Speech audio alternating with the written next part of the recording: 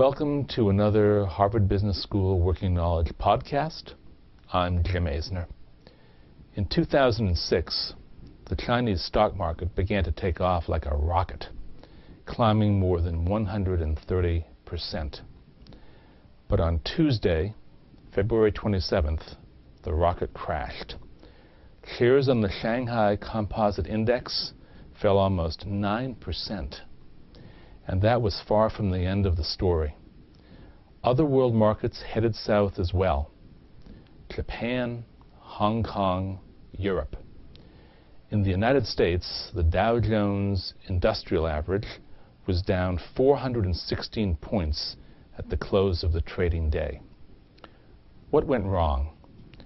For some answers and some context, I'm joined today by Harvard Business School Assistant Professor Li Jin, a native of China and a member of the school's finance unit.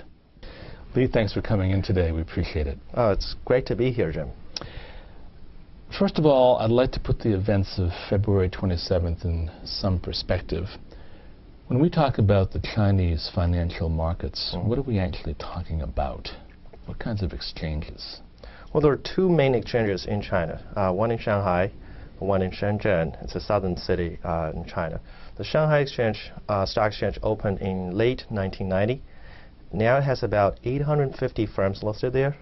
The Shenzhen stock exchange opened in 1991. Now it has about 600 stocks listed. And there's apparently, with all these stocks, unlike in the U.S. under Sarbanes-Oxley, there's very little transparency, as I understand it. Right. Things has been changing, but still at this point I would say that the Chinese firms are definitely much less transparent than they are here in the U.S.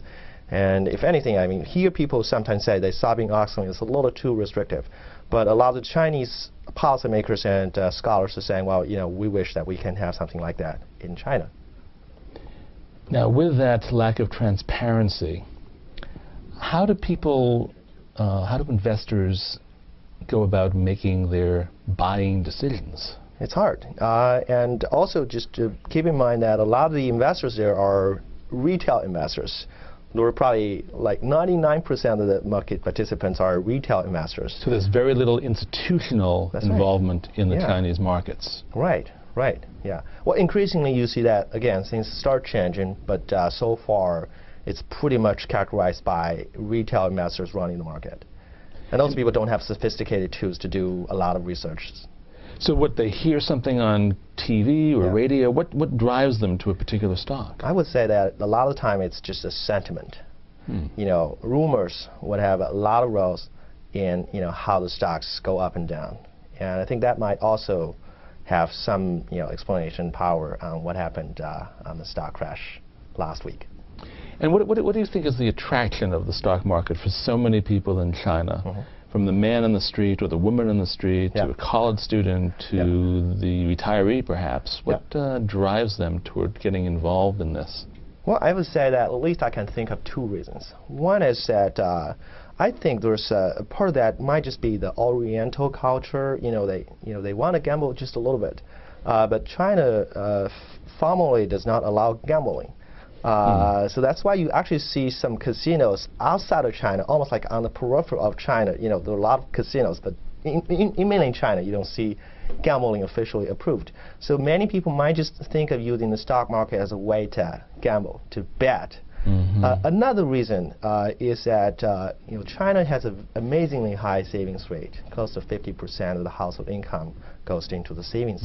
And the Chinese banks are not doing a great job in attracting those savings. They're not doing a great job. Not doing a great job because they offer extremely low interest rate. So the money basically have very few ways to go, and a lot of them flood into the stock market. And what about the pricing of these stocks? Are there lots of penny stocks, or how does that work? Well, the stock price in general, I mean, if you talk about the per share stock price, is pretty low.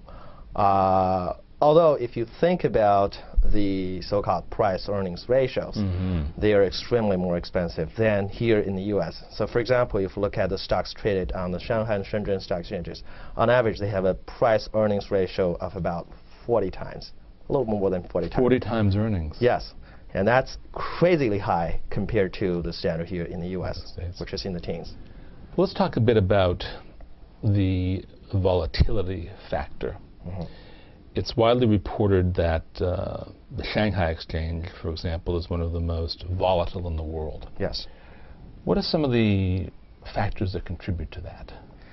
Well, I think part of that might just go back to the speculative nature of a lot of the traders on the market. They kind of use the stock market as a way to make bets. So if you look at the turnover rate on the Shanghai Stock Exchange, it's more than 300% per year, and compared to like 100% in the mature market. So there's a tremendous amount of churning. Churning, yes, like almost like a day trading here in the U.S. And another part, I guess, increasingly that they feel like macro policies and also some involvement of the speculative money from abroad might have also contributed to the higher volatility. Can you elaborate on that a bit? Well, I think the Chinese market is extremely sensitive to the government's feelings or expressions about how the market has been doing. And lately, there had been a lot of concern by the government that the stock market might just be going up too fast. As you probably know, last year it went up by 130%. This year, before the crash, it again went up by about 15%. So a lot of concern by the government that we don't want to see this going forward like this forever, and that has probably feed it into some of the fears about the market by a lot of market participants. And also, I think increasingly there's a sense that because China in general is doing great, a lot of money internationally might have flown into the stock market in China and try to just be part of it. And those money are less kind of predictable in how they flow in and out. That might also have lead to a higher volatility. Li, as I understand it, there were some particular factors surrounding February 27th that may have also contributed to the drop in the Chinese markets. What were some of those? Well, Jim, as we just talked before, there has been a general anxiety by the market participants, especially the retail investors, that the government is in general not so happy with such a rapid growth in the Chinese market's price. It has gone up so much. So the index is over 3,000, as I understand. Yes, at that point it's just a little bit over 3,000, and that has been more than doubling since last year. More than double since last year. Yes, right. So a lot of people say, well, this is probably about time that the government might do something. And in particular, there have been two rumors that are circulating at that time. One is that the government might want to impose a capital gains tax on the stocks. So any profit you have already made last year, you better take it out. So people were getting in while the iron was hot there. That's right, exactly. So this kind of redemption need to reset the tax basis might be one reason why you see a lot of selling. The other one is that there's also a rumor that the Chinese chairman of the Chinese Securities Regulatory Committee, which is the counterpart of the U.S. SEC, is going to be moved to another job. And this person has been widely credited as behind the shareholder base reform that has led to the wild increase of the share price last year.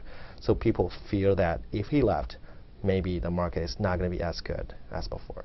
And you think those really were strong contributing reasons? Yes. Beyond the normal volatility to setting the markets off? Yes, it totally, in some sense, February. changed the sentiment of the market at that point. Although later on, these turn out to both be ungrounded rumors. Now, you read a lot about A shares in the Chinese financial markets. What exactly are A shares? Well, the Chinese shares are roughly divided into A shares and B shares. The A shares, which is probably about 90% of the total market cap, is dedicated to only the domestic investors, largely speaking.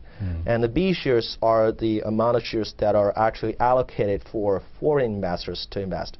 Although going forward, I think this line is going to blur because some foreign investors are now allowed to invest in the A share markets through a special vehicle called the Qualified Foreign Institutional Investors. But the capacity of that hasn't been too big. It's like $4 billion at this point. Okay. Now, another thing that was reported in the media was the concern by the government of political repercussions if the government tried to control the market too much. Yes. Tell me about that.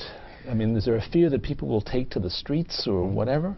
Well, traditionally, that might have been a reality. When the stock market crashed, you see a lot of anxiety from the retail investors, and they sometimes took it to the street in the history. I think this might have also factored into the government's concern, because especially this is a pretty sensitive time. As you probably know, later this year, the Chinese government is going to go through a round of party election. And then next year, most of the government ministries have to go through a round election. So the government at this point worry that it might lose its face if there's a tumbling of the stock market. So I would say that the government probably want to see the market to develop stably, and any big movement on the market might not do well with the government. Now, this plummet in the Chinese markets spread to the rest of the world, including the New York Stock Exchange. Right. Why did that happen? It started in Shanghai, right, and then moved out. Why? Well, let's just roll back to what happened on that day. I think this was last Tuesday. The stock market in Shanghai crashed about 9%, and then subsequently you see about a 3.3% crash on the New York Stock Exchange. A lot of people attribute that to China, but I think at least a few other factors might have also played a role in it. First, there have been some indicator of a potentially weakening U.S. economy, in particular the durable goods demand. There are also some, forecast by the former Federal Reserve Chairman Alan Greenspan that, the U.S. economy might be weakening. There's a possibility that it might go into a recession later this year. Also, I think there has been some concern politically about the Middle East that might also attribute to it. But I definitely think that China's market played as a catalyst to allow these events. Although it's probably going to be exaggeration to say that China accounted for the reason for the overall market crash here in the U.S. A lot of contributing factors. That's right. Yes. If you look at a single factor about China, if the magnitude of the Chinese market crash in terms of the total market cap loss is about 120 billion U.S. dollars, whereas here in the U.S. the total market cap loss is like a 600 billion. So it's almost like saying the tail is wagging the dog if you say that China is basically totally responsible for what happened in the U.S.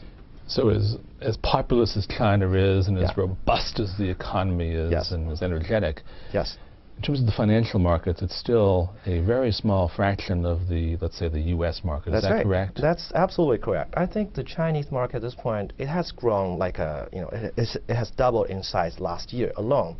But still, at this point, it's like $1.2 to $1.4 trillion compared with the U.S. market, which is something like a $17 to $18 trillion. It's a small potato in that sense. Well, that leads me to what is perhaps the $64,000 question, or perhaps I should say the $64 billion question, I don't know.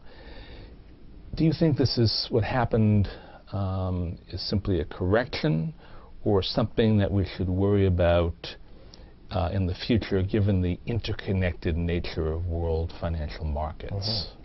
Well, first of all, I want to say that the world market is indeed increasingly integrated and interconnected. But at this point, I don't think China is as important as some people in the U.S. probably think about. Just take, for example, the U.S. export to China. It's about $55 billion last year, which is less than 0.5% of the U.S. GDP. $55 billion. Yeah. So even if that's totally lost because Chinese economy crashed, I don't think it's going to have a big, impact for the U.S. economy, at least not directly.